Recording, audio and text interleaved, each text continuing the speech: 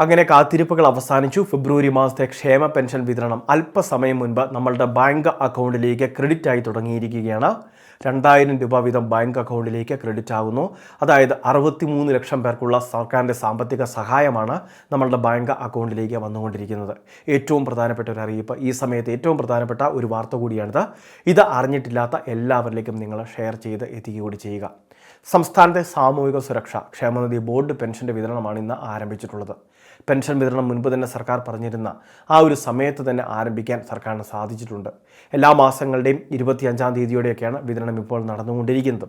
ഇത് 8 ദിവസം മുൻപ് തന്നെ 1050 കോടിയോളം രൂപ സർക്കാർ ഈ വിതരണത്തിന് വേണ്ടി കണ്ടെത്തുകയും ധനവകുപ്പ് മുഖാന്തരം ഈ തുക അനുവദിക്കുകയും ചെയ്തിട്ടുണ്ടായിരുന്നു.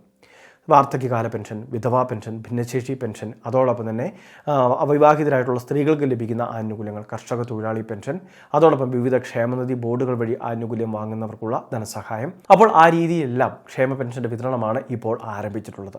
2000 രൂപ വരെ ലഭിച്ചവരുണ്ട്. 2000 രൂപയിൽ അല്പതുക കുറഞ്ഞു വന്നവരുണ്ട്. അതായത് കേന്ദ്ര സർക്കാരിൻ്റെ വിഹിതം അവർക്ക് പ്രത്യേകമായിട്ടാണ് ലഭിക്കുന്നത്. 200 രൂപ മുതൽ 500 രൂപ വരെ ആ രീതിയിൽ വാങ്ങുന്നവരുണ്ട്. തീർച്ചയായിട്ടും അവർക്കറിയാം ഒരാഴ്ചത്തേക്ക് താമസം ബാക്കി തുക ക്രെഡിറ്റ് ആകുന്നതിന് എടുക്കുന്നതാണ്. ആധാറുമായിട്ട് CD ചെയ്തിട്ടുള്ള ബാങ്ക് അക്കൗണ്ടിലേക്കായിരിക്കും ബാക്കി തുക ക്രെഡിറ്റ് ആവുന്നത്. ആ കാര്യങ്ങളെല്ലാം തന്നെ തീർച്ചയായിട്ടും അങ്ങനെയുള്ളവരൊന്ന് ശ്രദ്ധിച്ചേക്കുക. വിതരണത്തിന് ആവശ്യമായിട്ടുള്ള തുക, അതായത് കേന്ദ്രവിഹിതം വിതരണം ചെയ്യുന്നതിന് ആവശ്യമായിട്ടുള്ള തുകയും സംസ്ഥാന സർക്കാർ തന്നെ അനുവദിച്ച കേന്ദ്ര സർക്കാരിന് കൈമാറിയിട്ടുണ്ട്. അതുകൊണ്ട് തന്നെ നമ്മളുടെ പെൻഷൻ തുക സേഫാണ്.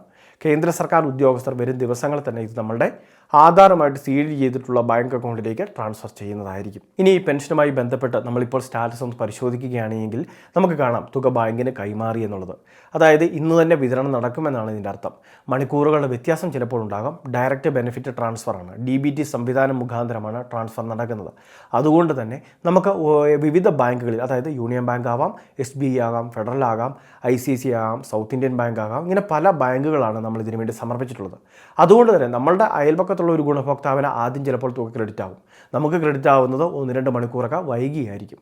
അത് സാധാരണ എല്ലാ പ്രാവശ്യവും സംഭവിക്കാറുള്ളതാണ്. പക്ഷേ പെൻഷൻ തുകയിൽ നമുക്ക് തടസ്സങ്ങളൊന്നും ഉണ്ടായിരിക്കുന്നതല്ല. നമുക്ക് മണിക്കൂറുകളുടെ വ്യത്യാസത്തിൽ എല്ലാവരുടെയും ബാങ്ക് അക്കൗണ്ടിലേക്ക് തുക ക്രെഡിറ്റ് ആകും. 26 ലക്ഷത്തിന് മുകളിൽ വരുന്ന ഗുണഭോക്താക്കൾക്ക് ബാങ്ക് അക്കൗണ്ടിലേക്കാണ് തുക ലഭിക്കുക. ബാക്കിയുള്ളവർക്ക് കൈകളിലേക്ക്, അതായത് കിടപ്പ് രോഗികളൊക്കെ ആയവർക്ക് കൈകളിലേക്ക്. അതിനാവശ്യമായിട്ടുള്ള ഫണ്ടും ഇന്ന് വിവിധ ബാങ്കുകളിൽ, അതായത് സഹകരണ ബാങ്കുകളിലേക്ക് എത്തിച്ചേരും.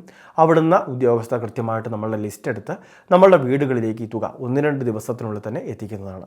അതുകൊണ്ട് തന്നെ കൈകളിൽ തുകയൊക്കെ വിതരണം ചെയ്യുമ്പോൾ അല്പം കൂടി താമസം നേരിടുന്നത്. എല്ലാ മേഖലയിലേക്കും ജീവനക്കാർ എത്തിച്ചേർന്ന് ഈ തുക കൈമാറേണ്ടതുണ്ട്. ഇനി പെൻഷൻ തുക ആർക്കെങ്കിലുമൊക്കെ ഇന്ന് ക്രെഡിറ്റ് ആവാതെ വന്നാലും വിഷമിക്കേണ്ട ആവശ്യമില്ല.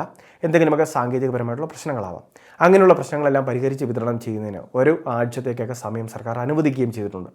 അപ്പോൾ എല്ലാവർക്കും ഈ തുകയുടെ വിതരണം ആരംഭിച്ചിരിക്കുന്ന ഈ പ്രധാന കാര്യം തീർച്ചയായിട്ടും ശ്രദ്ധിക്കുക. ബാങ്ക് ബാലൻസ് ഒക്കെ ഒന്ന് പരിശോധിക്കുക. ചിലപ്പോൾ SMS തന്നെ ബാങ്ക് ബാലൻസ് 2000 ക്രെഡിറ്റ് ആയതിൻ്റെ അറിയിപ്പൊക്കെ നമ്മുടെ ഫോണിൽ എത്തിക്കാണും. ഇനി അങ്ങനെ എത്തിയിട്ടില്ല എങ്കിൽ തീർച്ചയായിട്ടും മിസ്ഡ് കോൾ സംവിധാനത്തിലൂടെ ബാങ്ക് ബാലൻസ് ഒക്കെ ഒന്ന് പരിശോധിക്കുക. അതിനുശേഷം ബാങ്കിൽ എത്തിച്ചേർന്ന് തുക വിഡ്രോ ചെയ്യുന്നതിന് അല്ലെങ്കിൽ ATM ഉപയോഗിച്ച് തുക എടുക്കുന്നതിന് വേണ്ടിയൊക്കെ ഗുണഭോക്താക്കൾ ശ്രദ്ധിക്കേണ്ടതാണ്. വളരെ പ്രധാനപ്പെട്ട ഒരു ഇൻഫർമേഷൻ ഷെയർ ചെയ്തത്. ഇതുപോലുള്ള വിവിധ അറിയിപ്പുകൾക്ക് ചാനൽ സബ്സ്ക്രൈബ് ചെയ്യുക, ഫോളോ ചെയ്യുക.